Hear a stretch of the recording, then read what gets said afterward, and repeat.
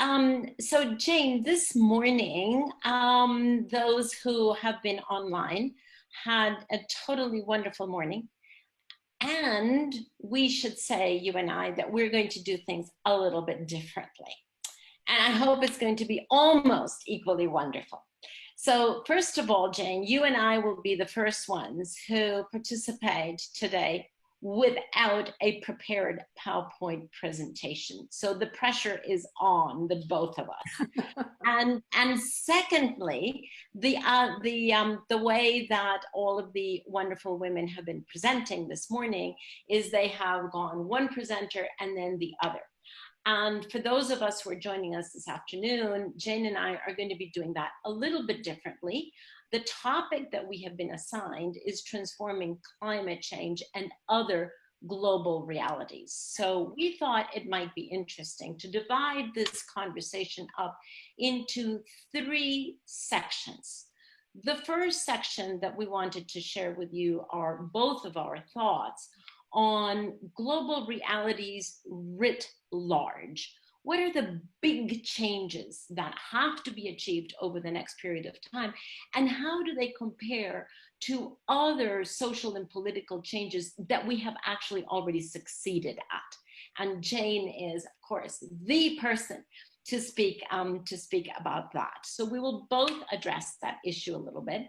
Then we will both talk about a different level of the system, which is national and local efforts. What are we seeing? Jane will speak to the US reality and I'll speak to other realities, multinational realities. But what are we seeing on the ground from a national and local perspective? And thirdly, we wanted to end up with our internal reality, the groundwork that we need to go to, and we will both share with that. So in the understanding that what is present at one level of the system is present at all levels of the system, and that everything is interconnected, we thought we would take you through at least 3 levels, although, you know, you could have many others, but at least 3 levels, and share some thoughts at each of those 3 levels. So without much more ado, Jane, I would bow to you to speak about, you have been an activist for such a long time, and you have been an active participant in bringing about huge social and political changes. And I would just love to get maybe some reminiscing from you and some comparing and contrasting about what we have done in the past and achieved and where we are now on big ticket issues, big changes such as climate. Thank you, Christiana. It's good to see you. And my love to Roshi, Joan Halifax, and hello to all of you everywhere around the world. I'm so honored to be part of this incredible group and humbled. You know, as I think about what you have just said, Christiana, I feel like it's the best of times and the worst of times. You know, over centuries, humans have had huge challenges to overcome: slavery, feudalism, the Inquisition.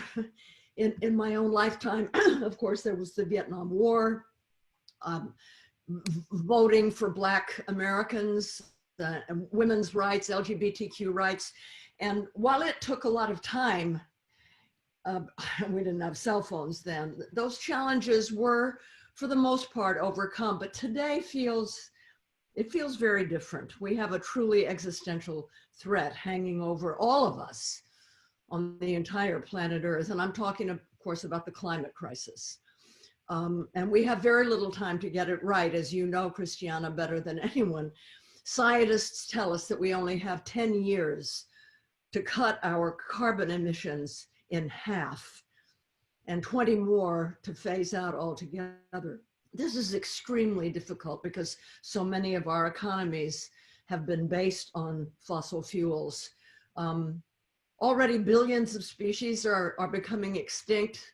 The ocean that provides us with 70% of our oxygen that we need to live, and that provides 30% of the protein for about 2 billion people, and the forests that provide the other 30% of our oxygen those beautiful forests that are home to indigenous people and so many untold species, these things are being destroyed. These are fundamental things that are needed for human life to survive on planet Earth. Sea levels are rising, extreme weathers are getting worse and more frequent, and so are health pandemics. And of course, democracies are being threatened in many countries by racist right-wing dictators who refuse to acknowledge the climate crisis. And I mean, humanity is basically in grave danger, as is democracy. And this is different, I think, than ever before in human history. At the same time, and partly because of the young climate strikers who poured into the streets last fall all over the world by the millions, also more people are aware of the climate crisis because of the extreme weather events, and they're more aware of how interconnected things are. And so this is important, because if we're not aware and we're not concerned, we can't do anything about it. The roots of all of those past challenges to humanity are interconnected in the present day crises, the climate crises, inequality, greed, racism, the capitalist mentality that sees a forest and thinks doors or flooring. These are all connected to the climate crisis. And with the COVID pandemic, white people in the United States are being made aware more than ever before of the extreme racial and class inequalities, realizing the terrible burdens carried by essential workers in the country, who are mostly people of color, who are risking their lives every day unprotected to help people, and also just to be able to pay their rent and buy food. And we're more than ever aware of how people of color are dying of respiratory illnesses and cancer, because fossil fuel companies put their oil wells and their fracking pits and their refineries deliberately into communities of color. They call those communities sacrifice zones. And I'd like to quote a Black organizer. He's a climate organizer, Hop Hopkins. He said, you can't have climate change without sacrifice zones. And you can't have sacrifice zones without disposable people. And you can't have disposable people without racism. In other words, we can't end the climate crisis without ending racism. It's all connected, and more people, I believe, are starting to understand this. You know, and the murder of George Floyd in Minneapolis, captured up close by a bystander with a camera, has unleashed historic protests in the United States and other parts of the world. But here they've lasted for weeks, and they continue, thank God. And there's unprecedented diversity among these protesters. And sometimes we see police kneeling with the protesters. And this is so important, as you know so well, Christiana. You said in your book, in your wonderful new book, The Future We Choose, Surviving the Climate Crisis, that's the name of her new book. And you've said, and I quote, history has shown that when approximately 3.5% of the population participates in nonviolent protests, success becomes inevitable. No nonviolent protest has ever failed to achieve its aim once it reaches that threshold of participation, close quote. I just love that. So, you know, the huge numbers that are in our streets every single day since the murder of George Floyd, and the diversity of it, gives me a lot of hope. You know, even here in California, there are small towns that have no Black residents at all, and yet you see white protesters of all ages carrying signs that say Black Lives Matter. I'd like to quote Lila Watson, who is an Australian Aboriginal artist, who said, quote, "If you have come here to save me, you're wasting your time. But if you have come here because you realize your liberation is bound up with mine, then let's work together," unquote. I feel that a growing number of people in this country are seeing that our liberations are bound together. And this is new, this is different. And you know, even during the terrible upheavals caused by COVID-19, the pandemic that's happening, larger than ever percentages of Americans are still concerned about the climate crisis. We were worried that they'd forget about it, but they haven't. Our Fire Drill Fridays that I carry on every week are getting over 100,000 people watching every week, and hundreds are volunteering, even though we're doing it virtually online. And I believe that unprecedented numbers of people are prepared to take to the streets when that becomes safe again, in order to save our democracy and save our planet in November, when we have our critical election. So I'm optimistic. Good, Jane. Because honestly, the most important election ever in history, and I think that is no exaggeration. Well, I would like to compliment Jane's very eloquent tour de force across everything that we're seeing right now. And as I was preparing for this, I got a little visual in one of the way too many social channels that reach us, and the visual, if I can describe it, had a group not of children but of adults standing on a beach, looking with their back to the ocean, looking toward the shore. And they were completely unaware that there were 3 waves coming at them. The first wave was entitled COVID-19 and was small. But the second wave, that was 2 times or 3 times as tall and as long, was entitled economic recovery. And the third wave, that was 10 times as tall and as long, was entitled climate change. That is the reality that Jane has just explained. That is the reality where all of this is interconnected, and we can't afford to focus on one thing, because all of this is coming at us basically at the same time. The one detail that that little visual forgot is to include, and I would love to go and include it myself with my little crayon there, include the undercurrent that is under these 3 waves, which is social justice. Because the fact is that all of those 3 waves are definitely hitting us, but they're all accentuating social injustice, each in its own particular way. And so we have to be able to see our way through all of these waves, understand that they're interconnected, understand that what is at the bottom of all of them is either more social injustice, more division between the haves and the have-nots, or more social justice in all its forms, which is exactly where we need to go. Now, on the health issue, obviously, we need to get to the point, the COVID wave that is already has already taken over many countries, but is still to come in some countries. On that one, we actually have to get to the point where we will be able to live with this disease, not flee from it, because we're not going to magically get rid of it until we have a vaccine, and that's going to take several years. And even when we have a vaccine, there's no magical wand that is going to say, okay, we're going to get rid of this virus. We're going to have to get to the point where we can live from it, with it, and not flee from it, and certainly not die from it.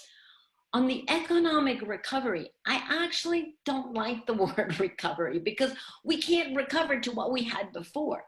It has to be much more of an economic resurgence. Yes, we need all of those jobs recovered and more, but they can't be the jobs in the carbon intensive, socially unjust structure that we used to have. This has got to be a moment where we reinvent labor, where we create more jobs, but much better jobs, more sustainable jobs, more socially just jobs that are going to last longer.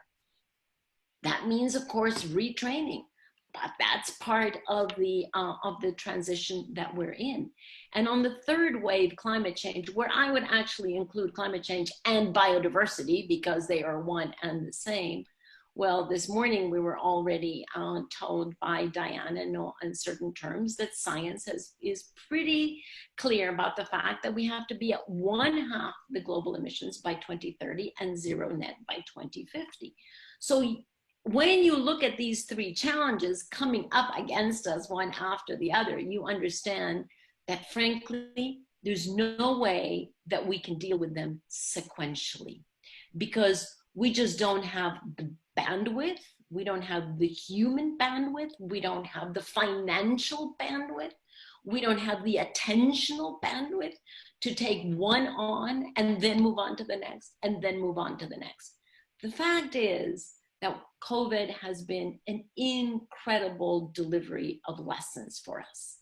And we now understand that we actually have to undertake all of these challenges in an integrated fashion, as Jane has just told us.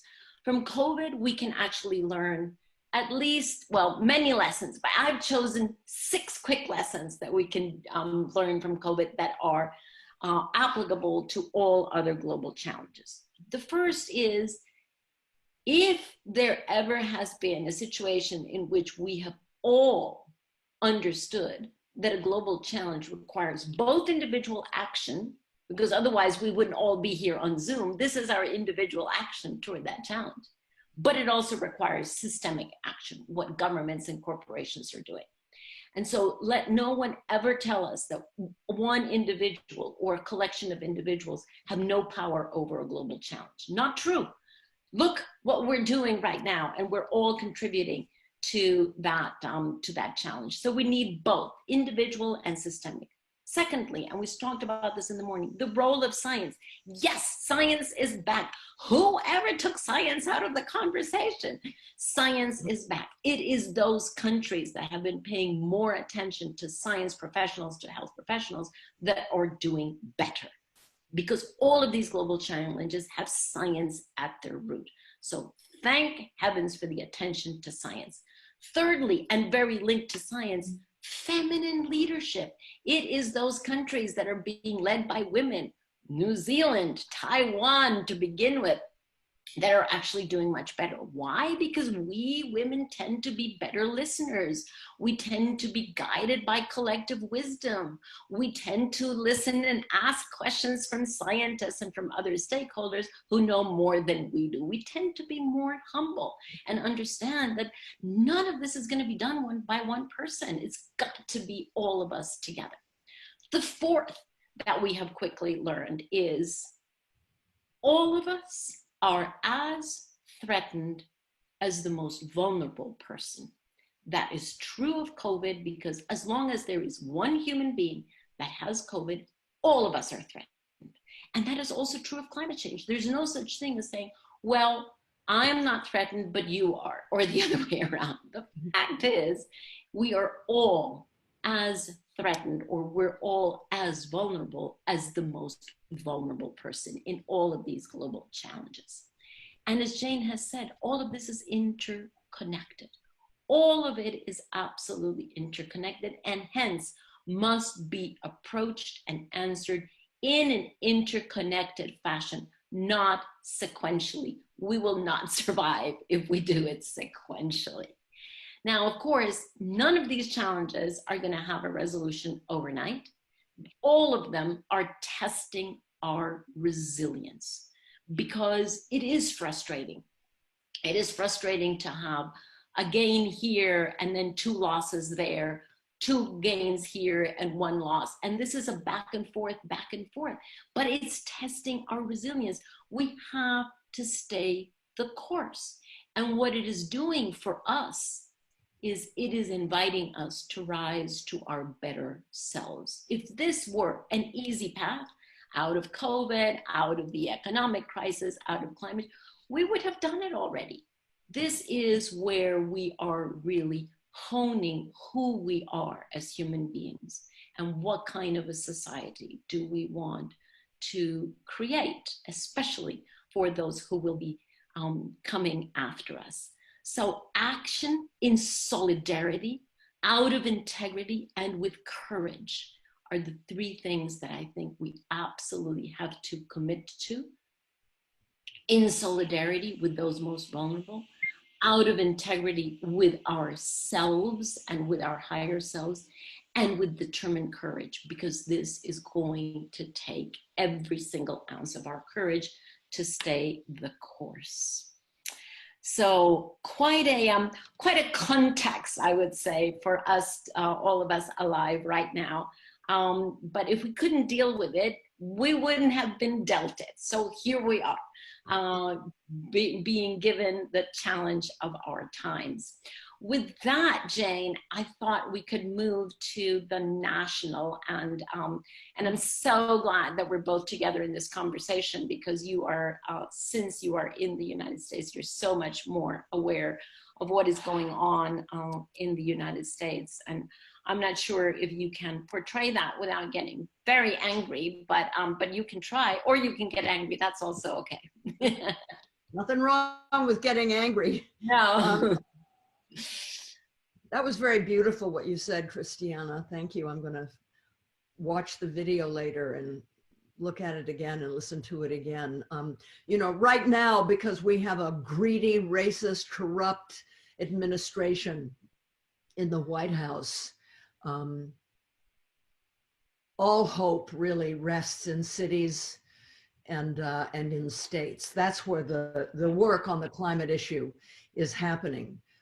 Very immediately. I mean, it's so true what you said. We can't solve the problems sequentially. They have to be solved together. And we have, you know, the government always says, oh my God, you can't have a Green New Deal because it costs too much money. There's no way we can get all this money. Well, now there are tens of trillions of dollars being spent. And unfortunately, a lot of it is going to big corporations and to the fossil fuel industry. And so there's a lot of organizing happening to try to force the Senate now to pass an act that would get money where it needs to go, and including into clean and sustainable energy factors. But it's really hard. It takes a lot of organizing, and we're doing it. And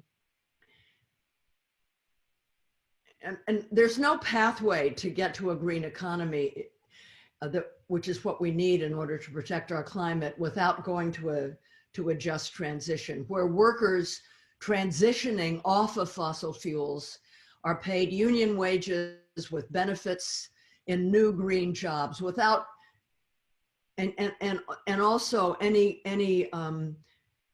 move to a new economy away from fossil fuels has to take into consideration first the frontline communities, the indigenous lands, so many places always inhabited by people of color. They have to be centered because the climate crisis has had the biggest impact on them. And I think growing numbers of people are understanding that. You know, I'll just give you a few examples of what's happening locally. In Colorado, or statewide, in Colorado, a labor environmental coalition has passed legislation last year establishing a just transition office in the State Department of Labor and Employment. And that office is charged with creating an equitable plan for workers and communities transitioning away from coal mines and fossil fuels. So, you know, there you have it in one state where it's happening. In Maine, the state legislature passed and the governor signed a state level Green New Deal designed to move Maine to a renewable energy economy with the active participation of the state and local labor movement in shaping the legislation. And the International Brotherhood of Electrical Workers in California, for instance, and in New York and in Massachusetts, are developing really good apprenticeship programs for workers moving away from fossil fuels, whether it's pipe fitting or electrical work. You know, in California, you can get a solar installation career at $75,000 a year. because there's so much work. Charging stations are going to be needed everywhere for what will be a national fleet of electric cars, buses, and trains. And here in Los Angeles, where I live, there's a really good example. There's a campaign called Jobs for America that's making sure that the manufacturing of electric trains and buses happens here in the United States. But as I've studied this issue of just transitions, which are essential globally, one of the things that I've noticed is everywhere where it's working, what is essential to the success is that the affected communities, the environmentalists, the unions, and government representatives are all at the table from the beginning, not after the fact. They're all part of developing the plan. And, you know, just recently, well, I don't know how recent it is, but this incredible move in Germany to move from coal, off of coal, transitioning, I think, 20,000 workers off of coal into clean energy. I mean, it's just miraculous. And that was because the government and the unions and the communities were at the table doing the planning. So at the state and local levels, things are happening, and hopefully Joe Biden will become the next president.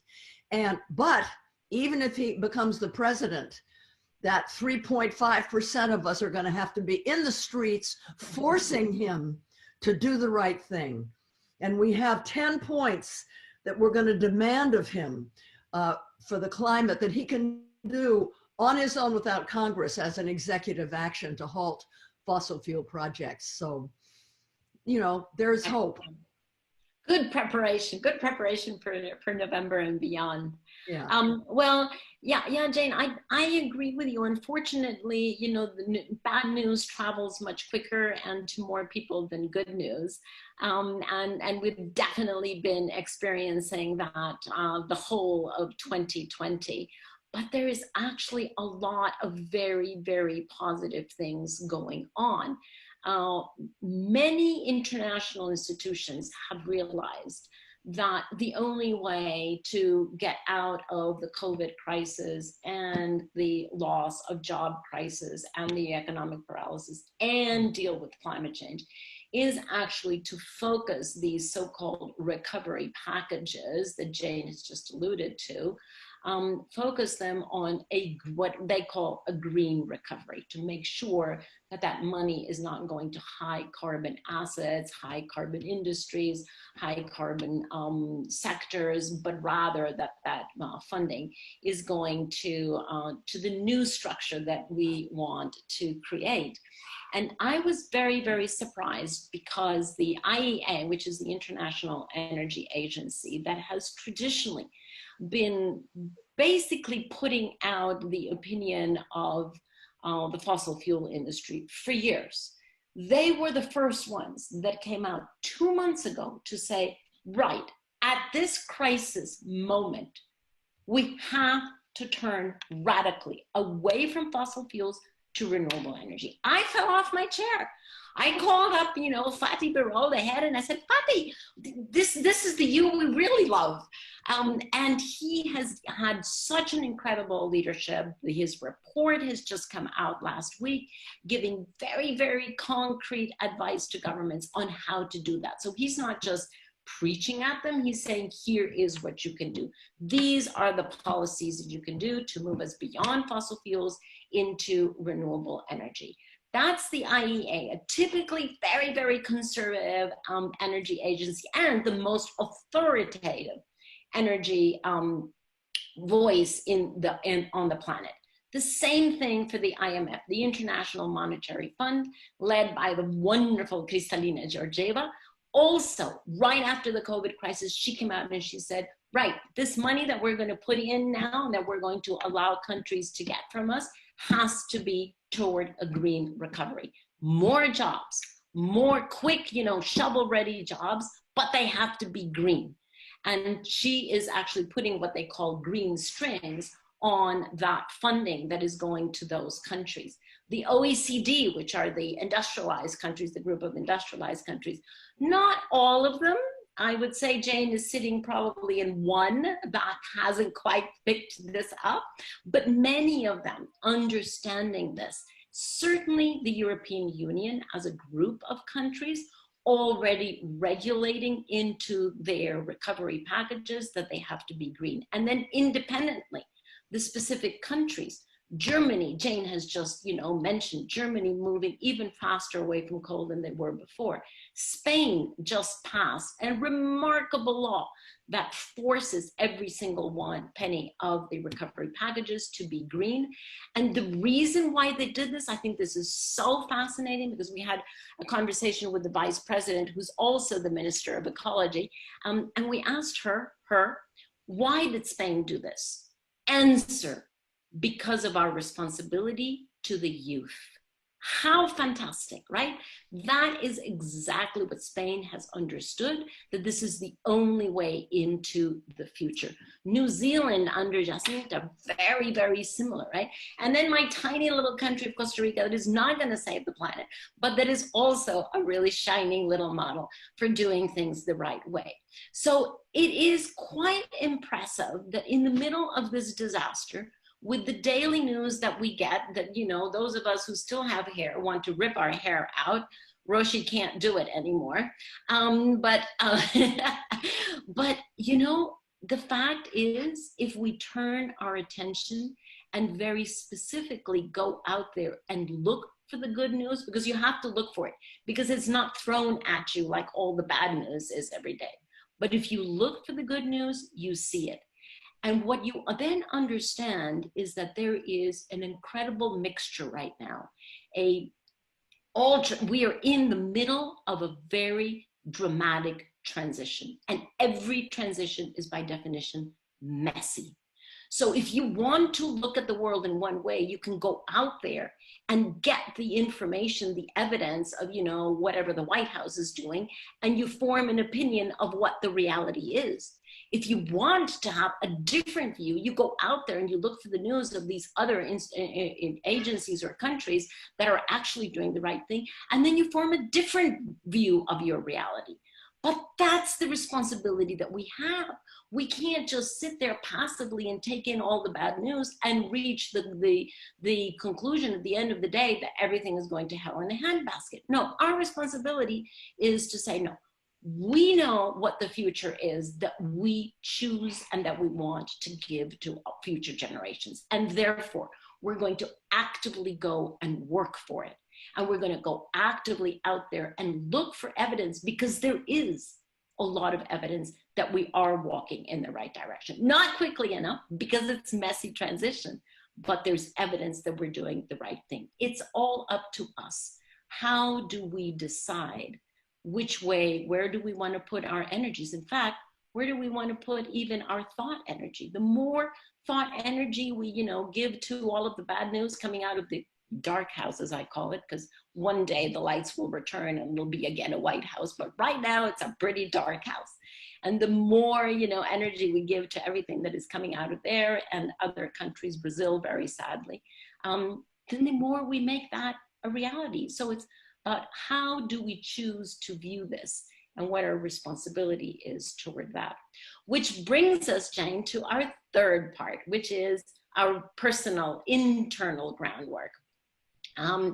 And I have learned from you, Jane, the concept of embodied activism. And I'm actually not even ashamed to confess publicly that that was not a little mental compartment in my head until I met you. And you opened for me that concept of embodied activism. And I would just love for you to share with us what that is, because it's so powerful. The idea that I can teach you anything blows my mind. Oh, no. But, I think we can all agree that we are all in mourning for the earth. We might not know it consciously. We're grieving for what's been lost and what will be lost, even if we do the right thing right away. Young people are grieving for their uncertain futures, often giving up careers to fight for the planet, and we're afraid. But fear can paralyze us. And we mustn't become paralyzed because we need to act. Action brings hope. Action brings us out of isolation into community. And in community, we can fight to solve the crisis. Last year, I was depressed. I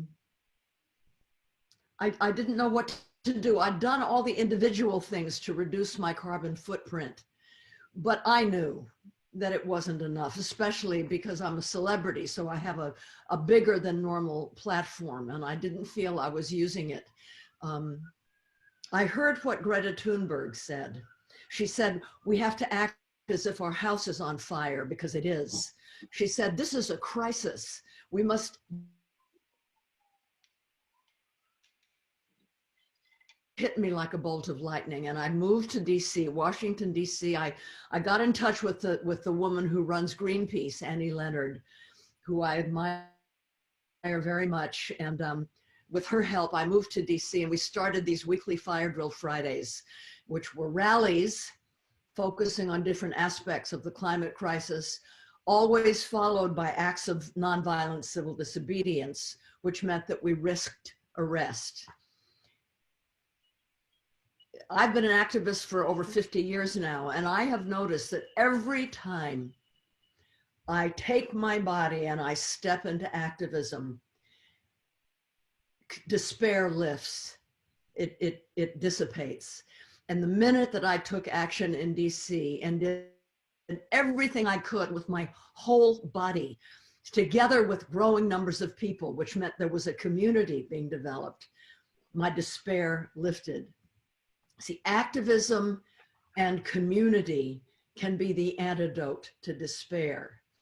And it's very interesting, the effect of civil disobedience, of getting arrested, because in a way you lose control, your hands are tied up, and you're in the control of the police, and yet it feels empowering. Aligning your whole body with your deepest values is empowering. Now, I'm white and I'm famous, so obviously I was treated differently than I would have been if I had been an African American or a Latino person. I'm well aware of that. But still, I think all of the human beings throughout history that have changed history by engaging in nonviolent disobedience, civil disobedience, have experienced what I'm talking about, this empowering sense when you align your body with your deepest values. And I know that you understand this, Christiana. Jane, say a little bit more, because align your body with your deepest commitments. But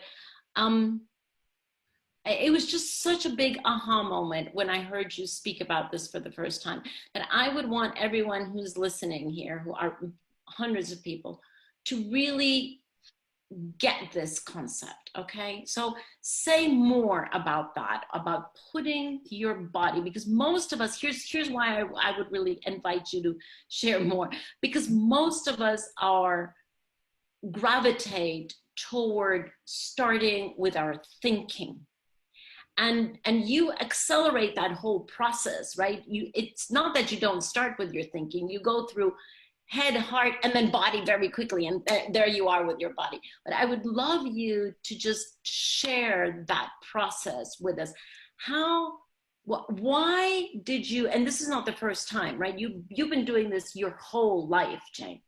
Why did you decide to do this? And how did you get to the decision that activism that starts with your head, which is where it starts, because we have to understand the concepts, and certainly is enriched by the heart, that somehow wasn't enough?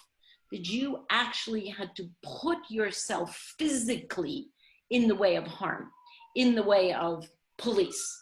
By the way, nobody gets arrested with so much beauty, elegance, and grace as Jane Fonda. So if you ever want to see the most beautiful arrest, please do look it up on, on Google. But Jane, please tell us. Well, I learned from the time that I've spent at Upaya Zen Center with Roshi Joan Halifax, that the mind is also in the body, that it's one thing. And you're only using part of your mind if you're all up here. And we can learn facts. We can learn things only in this part of our mind. And then a moment comes for whatever reason. It can be the right timing.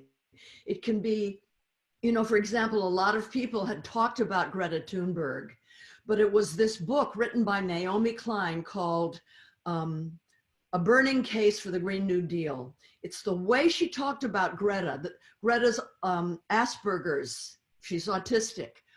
And nobody explained why her Asperger's made her a climate hero.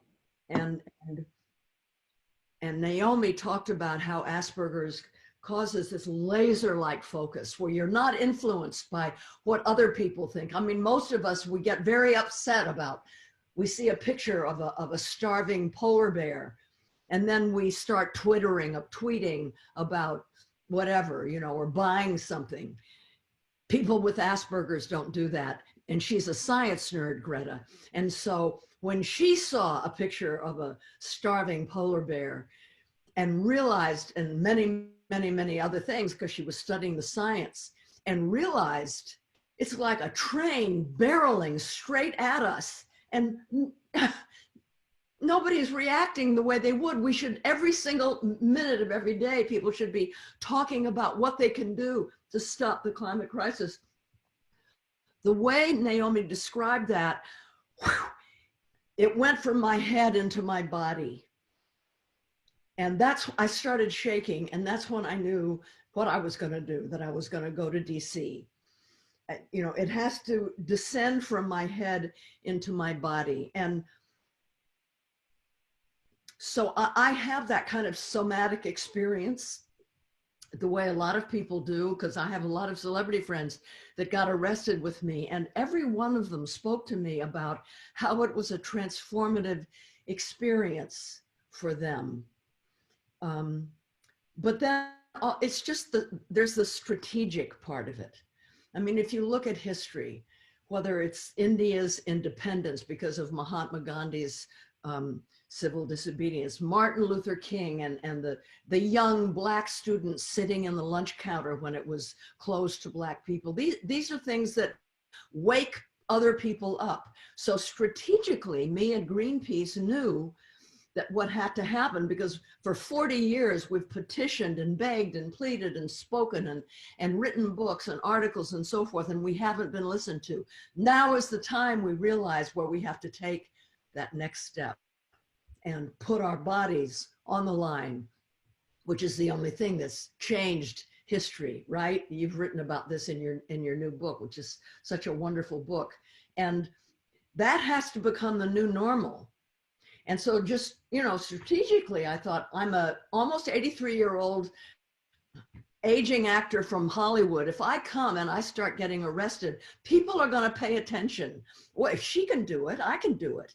And people started coming from all over the country, mostly women, mostly older women, because we don't give a flying anymore. What have we got to lose? So older women become the most fiercest activists. And most of the people who came had never done it before, and they kept coming back because they knew that it was making a difference for them internally and also externally. And it was the civil disobedience, you know, that got the newspapers and television to write about us and make the news of what we were doing all around the world, because we were getting arrested. So I don't know if that answered your question. I don't remember that answers my question beautifully. And I believe that Roshi Joan Halifax has also gone to Washington and gotten arrested with you. Yes, and Heather Toney too. And indeed, and also has shared with some of us the beautiful experience that it was actually a very beautiful experience to be in that situation and to remain grounded and connected, even of physical containment, just really very beautiful experience. So Jane, I think you've inspired all of us to go and get arrested, but here's the problem. Not all of us will do so with so much elegance and beauty and grace. So how do we do that? Well, I don't know. I mean, I'd forget about elegance, beauty, and grace. You just do it, and you realize that sometimes you can experience bodily harm. I mean, it's not something you do lightly. It's a very serious act, and you have to. We meditate before we do it. We prepare ourselves because it's a very serious thing to do something that is not legal, knowing that you're probably going to be arrested. You have to be Prepared. fully present, you know, and there's just not a lot of opportunities in life these days to be fully present and to align yourself fully with your deepest values. And it's an incredible feeling. Well, thank you. Thank you for taking us on that little excursion that I know maybe you didn't want to go into that depth, but I just think it's such a, it's so instructive and so inspirational. About it. I was so surprised to read what you had to say about civil disobedience, you know, because you're a diplomat, you're who you are, and wow, even she is. Yeah, well, I'm the most undiplomatic diplomat there has ever been. So there you are. Oh, you're successful. But I also wanted to compliment Jane, your thoughts on embodied activism by also coming back to the alignment of head, heart, and body, which is where you start from. And because to me, it seems that alignment is the center from which we will get our constant resilience well, right? We have to be constantly renewing that well of resilience to come back over and over and over again. As you know, this is not a sprint, it's a marathon. And you've been at it for many years, and we will continue to be at it for many years. And it is that alignment between what we think, how we feel, what we feel, and what we do, which is the well of energy that we can always come back to. And for me, for those who know me, you know, I call myself a stubborn optimist, because I think that we need both the optimism and the stubbornness. The optimism, which is not a naive optimism of thinking, well, everything's going to take care of itself. I can just sit here on my couch and play couch potato and things are going to be fine. Well, they definitely are not going to be fine. So it's not a naive optimism. It's very much, and you know, some who are on the call, Rebecca Solnit and Joanna Macy, have different terms for this, but it is the same concept. It is the concept of knowing that we as a collection, all of us together, all of our energies together, we can figure this out. None of us knows how. So this is about reciprocal vulnerability. It is about really being very transparent about the fact that we don't know how to solve this. We don't know what, but we definitely know that together we have the collective wisdom to solve it. And that this is the challenge of this century. And it is the challenge of our generation. This is not for young people to solve. I get quite irate when I hear somebody say, thank God for the young people that are going to solve climate change. No, it's not their responsibility. They will be here when we have the most dramatic impacts of climate change, sadly. But if we wait for them to step up to the decision tables and make decisions, it'll be too late. And they will be in a world of constant destruction and constant misery and deepening misery. So it is for our generation. We are the first generation that has all the science. We have the financing that we need, and we have all the technologies. So it is for our generation to at least bend the curve, at least bend the curve over this decade. We have to bend the curve of emissions and start a completely dramatic and irreversible descent of our emissions. It is up to us to do that. The young people will have their turn and they will have to finish the job, but it's not for them to start the job. We need to do that. And so there is a certain sense of hope, active hope, as my sisters call it, what I call optimism, which is to know that we can't afford the luxury of pessimism, that we actually, or fatalism, that we're not going to do this. We have to hang on to the incredible well that we have because of our alignment, to be able to get to the other side of this challenge. And then I call it stubborn optimism because, well, just because I think it's a fun combination of words, but also because we have to be tenacious about this. We have to be determined. Just because, you know, things don't go our way in the first round or something happens, we can't just then decide, well, that is too difficult and we're not going to do it. No, we continue along the path.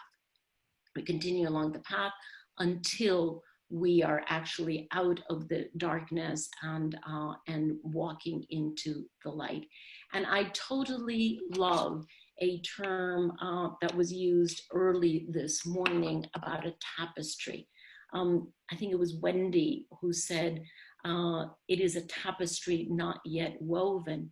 And what I love about that image of a tapestry is, first of all, that it has millions of threads, right? Because a tapestry is that, it's the coming together of all these threads from different perspectives. You have threads that come from one direction, from the other direction. So first of all, there's a collective effort in that tapestry. Secondly, that as these threads come together, they individually, each of those threads don't say anything, but collectively, when they come together, they show a pattern that is not there in the individual effort. It is the interweaving of all of those individual threads, call it all of our individual efforts, that actually result in the beautiful pattern that we want to see. And the third thing that I love about that image is that, yes, it's very true that it is a tapestry not yet woven, because we have never faced all of these challenges, certainly not all of them at the same time.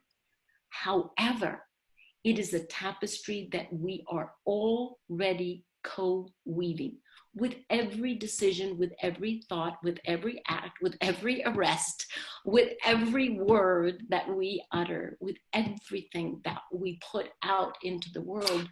We are already co-weaving that tapestry. And the clearer that we are about the tapestry that we want, we will attract more and more threads that will join us, not in doing exactly what we're doing, but that will complement and enrich the pattern of the tapestry that we want. And the problem, however, with that image is that this is so darn urgent, right? And so that's where I come to try to figure out, what do I do between my impatience and my patience? Because I know that these processes take a long time. You know that. You have been on this for decades, Jane. All of us have. And so we know that this is decadal. But we also know that there is an emergency here, that there is an urgency of action. And that bridging between those two, Jane, is where I come out with your conclusion, which is the only way to bridge urgency and patience, because we have to have a certain healthy dose of necessary patience, is actually to step up and to act. That is how we bridge the urgency or the emergency with the patience and the love and the compassion that we have to have, by deciding what each of us is going to do actively to solve this. And as I say, each of those millions of threads are unique and different, and each of us will uniquely and differently choose how we contribute to the solution. But together, there's a beautiful pattern that is emerging. So I just love that image that came out of the conversation this morning. Jane, I don't know if you want to add anything else, but then we're going to be in the wonderful hands of Heather. Do you want to say any final words? No, I'd like Heather to join us, and we'll see what comes out from that. Thank you, Christiana. I can tell you, I have thoroughly been just overwhelmed with all of the conversation. It's beautiful to listen to both of you and to really learn from this experience. And thank you for being here and for doing this today. Thank you to everyone who is joining us. And I have the pleasure of shepherding this conversation. Christiana and Jane, I'm really lucky. I can say I know both of you. Christiana, I know you're a friend of Mom's Clean Air Force. We've worked together and have talked about global climate action summit stuff. And it's been a wonderful journey. And of course, Jane, I could not have had a bigger honor than sharing your birthday with you and speaking in Washington, D.C. and marching alongside you and Roche, getting arrested. Gloria Simon, Dolores Huertas. I mean, it was a beautiful, wonderful day. And this is such excuse me, I want an invitation like that next time, please. I still have friends calling me, asking me, how did you get that done? I was like, listen, me and Jane Fonda, we go way back. But it's beautiful, and it's beautiful that we can have this conversation. I just want to sort of jump right in because we're talking about some things that are very important here in the United States this weekend. It's Juneteenth. We have celebrated African-American liberation and also delayed justice for the African-American community.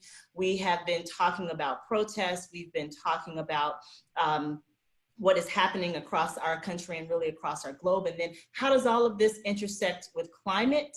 And how does it intersect with climate right now for all of us? And I appreciate you ladies for talking about this from a perspective of both an international state and even digging down into the personal. Jane, I remember you speaking after we had the Fire Drill Friday there in DC, and one of the things you said, you were so excited that your granddaughters actually came and they were arrested with you, and that was their embodied action, and just seeing that generational divide really come and be bridged together through your own family is certainly what we talk about at Moms all the time, is why we're doing this for the sake of our children. And our children, my children, are black children. And it's important for me to have this conversation in the scope of all children. But let's get to that, because that at this place in our history is a problem. One of the things that we've got to figure out how to do, and I'd love to hear this from you, Christiana, from a global perspective, and Jane, you can talk about it from a national perspective, but how do we build this trust, right? How do we build this trust among women to say that you understand where I'm coming from, you understand my place and what this means for me? Because environmentalism and putting my body on the line looks different for different people in different places. There are Black and brown people in the Southeast where I'm from Mississippi, who can tell you we've been putting our bodies on the line for years, for generations. Now I need to trust you because we are running out of time. And we really have to build, I think, a bond with one another to be able to share stages, share the mic, to be able to really elevate these issues so that we can have culturally competent solutions.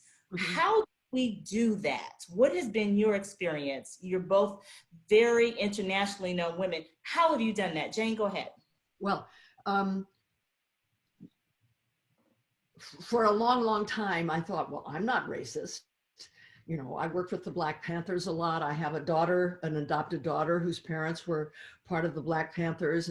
But when Trump was elected, And I saw the incredible backlash, the hatred people had, the anger that Obama, a Black man, had been president of the United States. And the presence of white supremacy became so much more evident than I had thought it was. I said, well, clearly there's something wrong because I don't understand enough of what's happened. I may say that I'm not racist, but I have to do more than that. I have to become an anti-racist. And that means stepping into action. But first I have to study. So I've spent the last 3.5 years reading every book that I thought would be important about racism, slavery, Reconstruction, Jim Crow, the new Jim Crow, a lot of biographies of Black people, so that I could really understand from a historical point of view and from a personal point of view, reading the biographies of people who were living through it, to understand race in this country.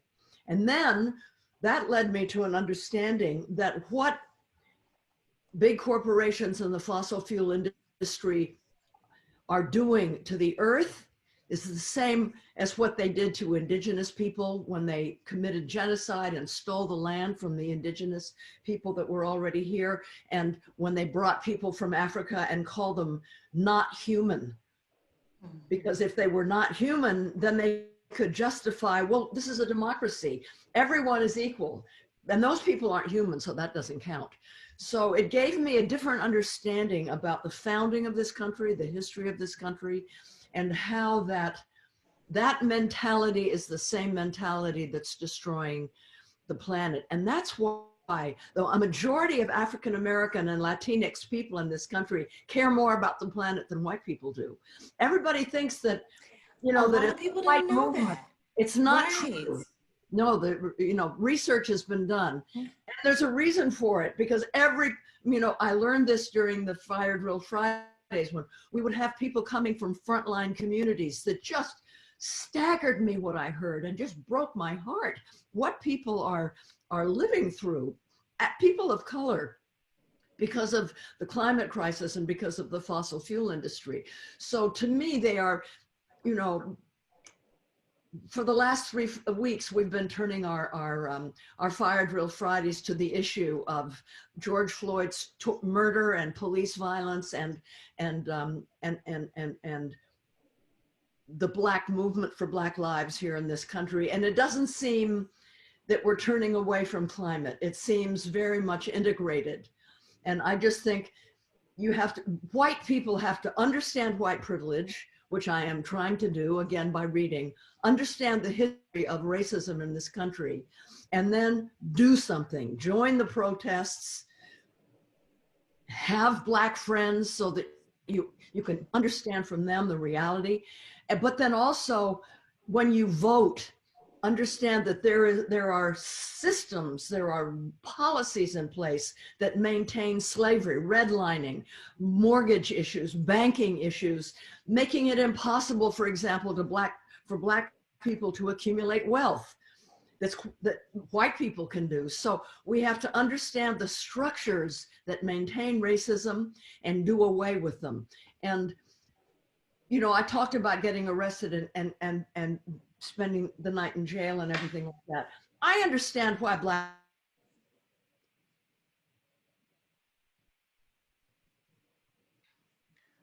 Did we get a freeze there? Did we lose Jane? I don't know. We may have lost Jane for a second. She may be coming back on. I don't want to say she's frozen, but and she was right in the middle of an incredibly important point. Oh, there she is. Okay, she was frozen there for a second. Go ahead. Jane, you just right in the middle of saying. We missed it. You have to go back, reel back about 3 lines. What did I say? Really important.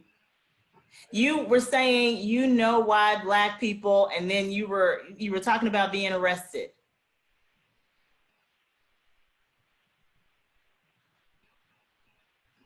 Oops, did we lose she may have a little challenge there.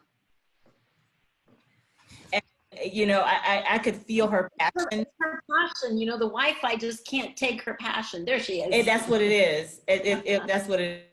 And yeah, I was gonna say, well, oh, is she back? There we go. Jane, are you back? There you go. Okay. Yeah, I don't know when you lost me or when I got lost. You were talking about how passionate you were about, how when Black people are arrested and then you cut out. So we would love you to pick up right there. I mean, it changed history.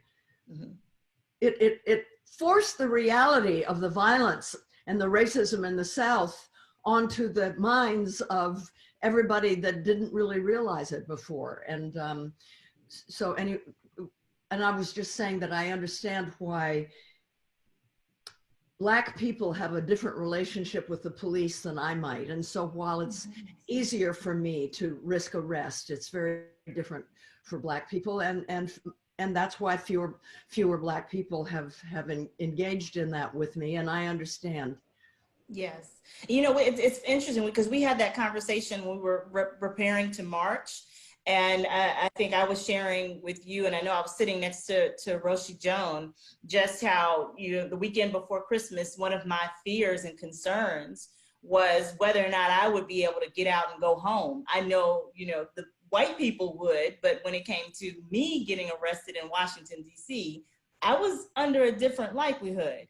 And so just the idea of that, I appreciate the realness of that moment and you honoring that moment and honoring what I had to think through there. And I think that's what makes this important, for all of us to really embody in this moment, is when we're talking about these social justice actions, is how it feels differently. But Christiana, I want you to talk about the international aspect of that, because we don't often connect to our brothers and sisters in India, in Europe, in Africa that are dealing with some very similar environmental issues, but there's a disconnect in the experience of what we're feeling. Can you talk a little bit more about what you have experienced and seen internationally and how that relates to what we're dealing with now? Yeah. I actually think, Heather, that is, for me anyway, the most difficult part of working on climate change, because I may look white because I have European parents, but I come from Costa Rica, that is in a developing country. And so on climate change, on the global issue, the arguments and the reality is divided smack down the middle. Industrialized countries on one side and developing countries on the other side. Why? Because climate change has been caused by the burning of fossil fuels in industrialized countries primarily. And that's not ideology, that's not a myth, that's simply a mathematical, physical fact. It's a historical fact that no one can deny. Now, I'm not saying that it was intentionally done. No one in the North intentionally burned fossil fuels and caused climate change. There's no intent, but it was an unintended consequence. And it is also an unintended but deplorable consequence that it is those in developing countries who are the most vulnerable to the effects of climate change. Why? Because there are less financial resources to be able to adapt to all of that destruction that is coming upon us, because women are less empowered and have less capacity to bring their families along in very, very difficult circumstances. And because those are the countries that are only beginning, in the best of all cases, to come out of extreme poverty. Some are still in extreme poverty, even in the year 2020, which is completely unacceptable. But even in the 2020, we still have countries or populations in countries that are still in extreme poverty. And therefore, climate change or COVID or the economic paralysis or anything else that we want to look at hits those people the most. Who are those people? People of color, right? And so that's where there's an overlay with a very different history to the internal history of the United States, but an overlay of those who are more privileged or who have taken more advantage of the Industrial Revolution benefits, versus those who haven't been able to take advantage of the Industrial Revolution benefits. And not only did they not take advantage of them, but now they're suffering the consequences. So it's a double whammy, right? A double whammy. And it's one of the most, or it is honestly the most difficult issue for me for the following reason, Heather. Because I sit on the verge of two chairs, or in between two chairs, on how do I think about this. On the one hand, there is what we call historical responsibility, which is the responsibility on the shoulders of industrialized countries. And I am, a fervent emphasizer of historical responsibility that cannot be denied. At the same time, Heather, I don't, in my personal experience, when I lift a finger and blame someone else, I don't really get very much out of it.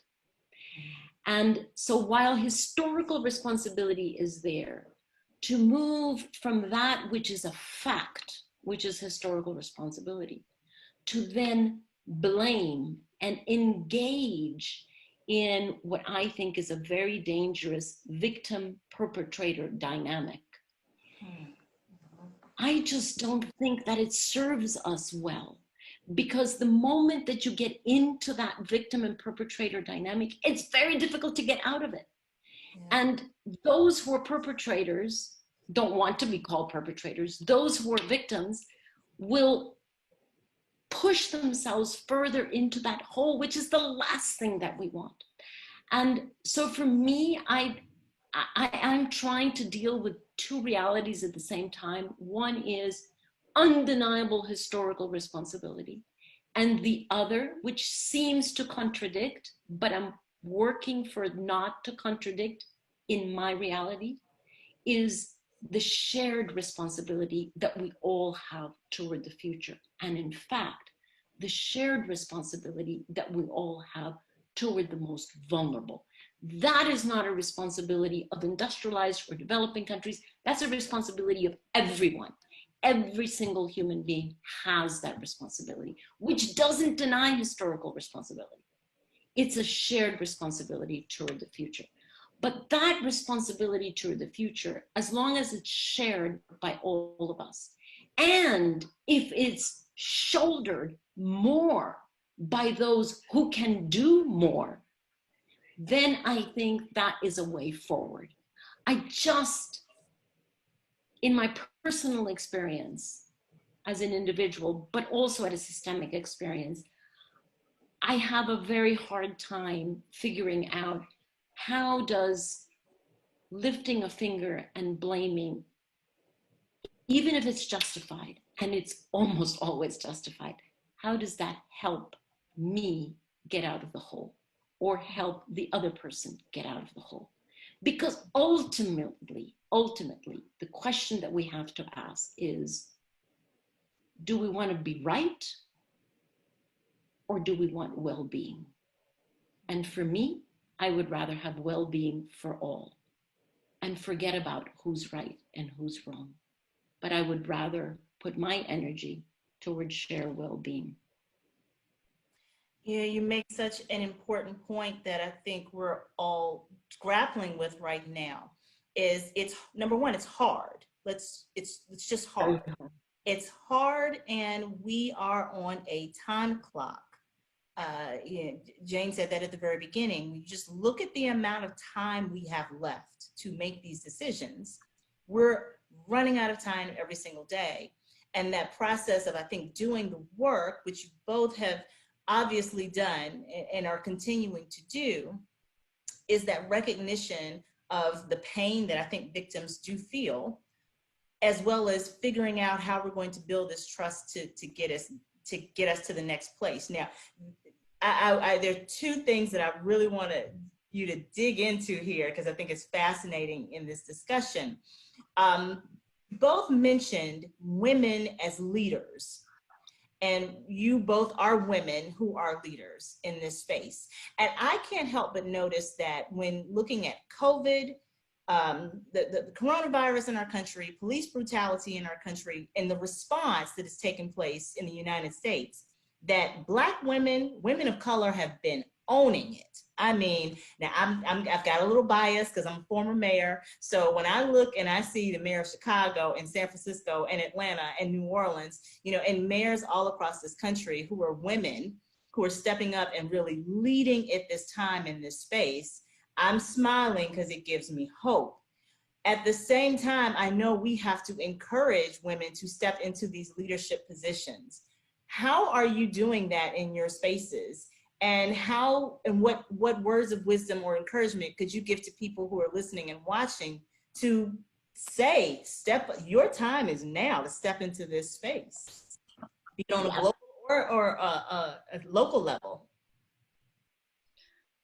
Well, Jane is all about that. So Jane, you go first.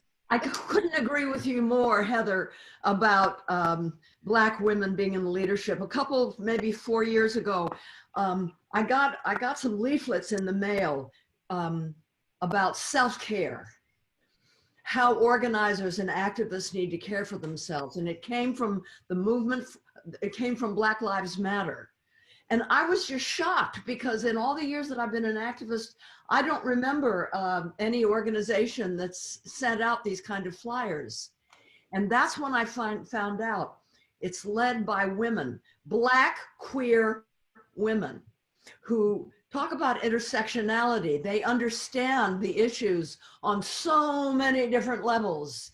And I personally think that's one reason why the protests right now in the United States are different. There's a different,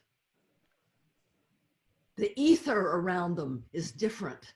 And I think it's because they are led by queer Black women and it's more welcoming. I mean, anyway, that's not to criticize Black men, but it's just that, you know,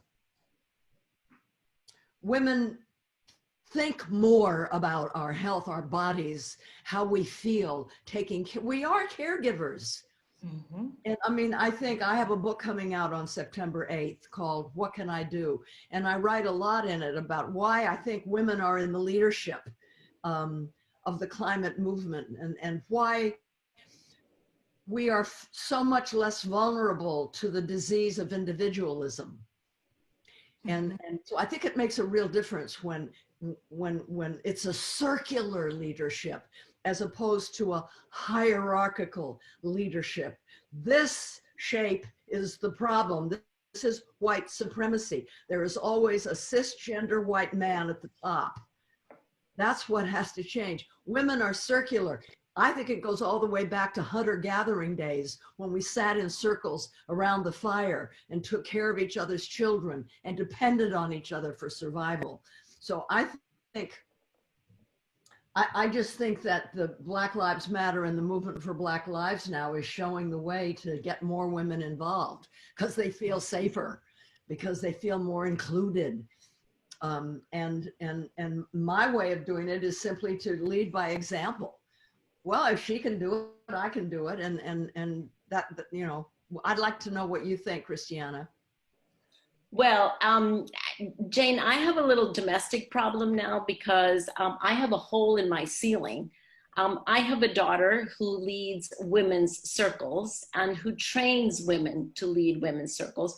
And when she heard you say circular leadership and circles of women, she jumped up and down and made a hole in my ceiling. So I have a little domestic problem here with my neighbor upstairs that I'm going to have to fix up. But I can't agree more with both of you. It is a very, very different kind of leadership. And you know why? I don't know.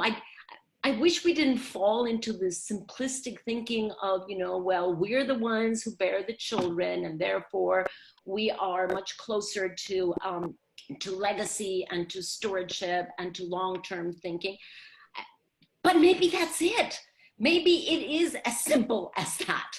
We are the ones, you know, that bear the children, that accompany those children for the first 9 months and the rest of their lives. And we tend to be deeper listeners than our men. We tend to look longer term. We tend to collaborate more. We tend to have smaller egos. I mean, it's just, you know, it all sounds very simplistic and almost irresponsible that, you know, that it comes down to those factors, but maybe it is. Maybe that's why, which, as Jane says, it doesn't mean that men don't have that, because they also have a lot of the divine feminine in them if they want to express it and if they want to touch it. It just means that we come perhaps more naturally to it.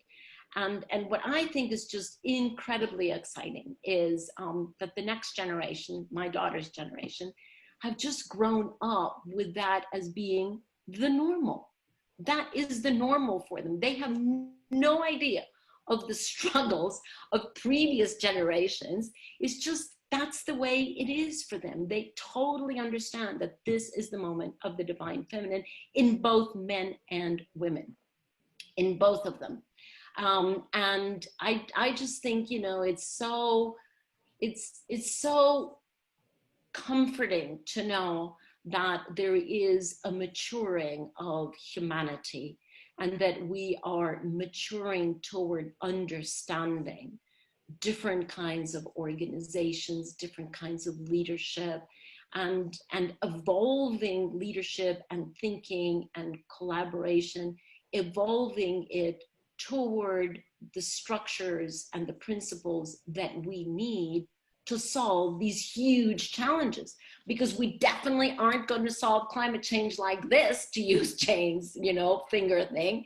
We're not going to solve COVID like this. We're not going to solve, we can't. It's got to be a very, very different form of thinking and of working with each other.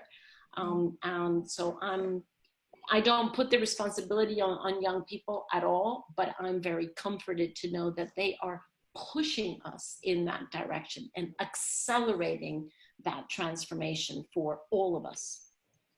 Jane, you had something to follow with that? Go ahead. I love this quote that comes from Gloria Steinem. It's not that women are morally better than men. We just don't have our masculinity to prove. One thing about how the COVID pandemic is playing out in North America is so patriarchal.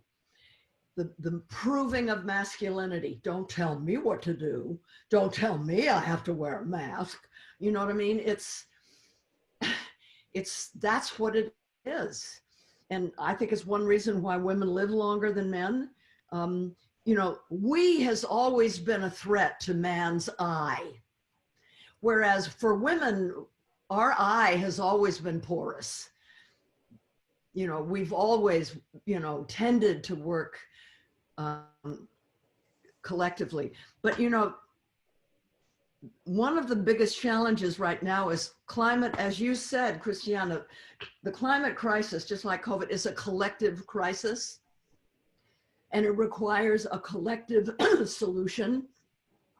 And this is coming at a time when the notion of the collective, of the common, of the public sphere, of civil society is being destroyed. It started in the 80s with Reaganism and Thatcherism. I mean, even Thatcher said there is no such thing as society. Why do they do this? Deliberately trying to do away with we, with the common. It's because when we are a collective, we are powerful. As individuals, we lack power.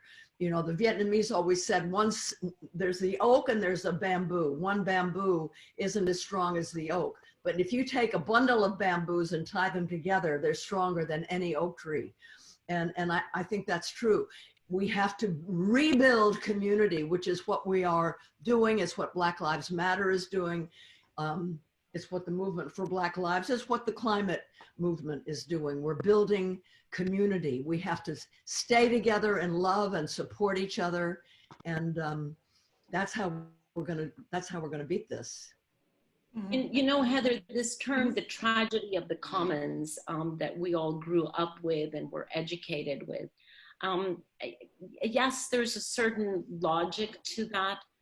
But I think that in the evolution of humankind, we're at the point in which we are transforming the concept of the tragedy of the commons to the concept of the infinite possibility of the shared, or the infinite possibility of the common. Very, very different concept. If we are led in our life by the tragedy of the commons, no one is going to do anything about anything. That is not going to take us forward. But if we are led by the infinite possibility of the common, nothing can stand in our way. There is nothing that we cannot do. And we are on a path to understanding and practicing that. Yes, yes. We have just 2 minutes left. We have to ask both of you, what is next for you?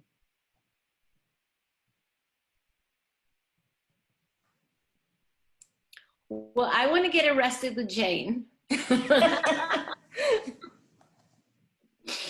And then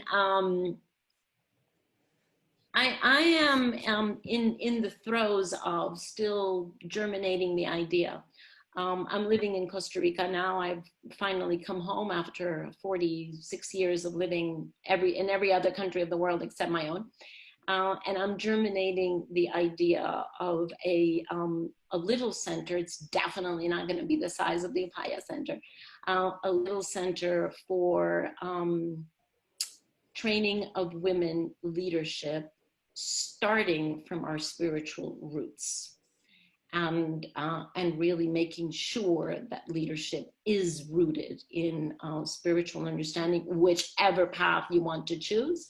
I'm totally open for you to choose whichever path, but make sure that leadership is not a leadership that is unrooted and that will then fly with the first gust of wind, but rather a leadership that is firmly rooted in the truths that we all know.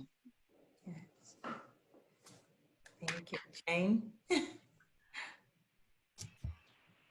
Well, I'm almost 83 years old and I have a compromised immune system, which means that I can't join the protests, which is just eating away at me. So I'm spending most of my time online, organizing online. And we have thousands of volunteers for Fire Drill Friday that will, in many different ways, have an impact on the election. That to me is the most important thing. I have a book coming out in September, which I'm going to use the promotion of the book to try to organize and get out the climate vote. And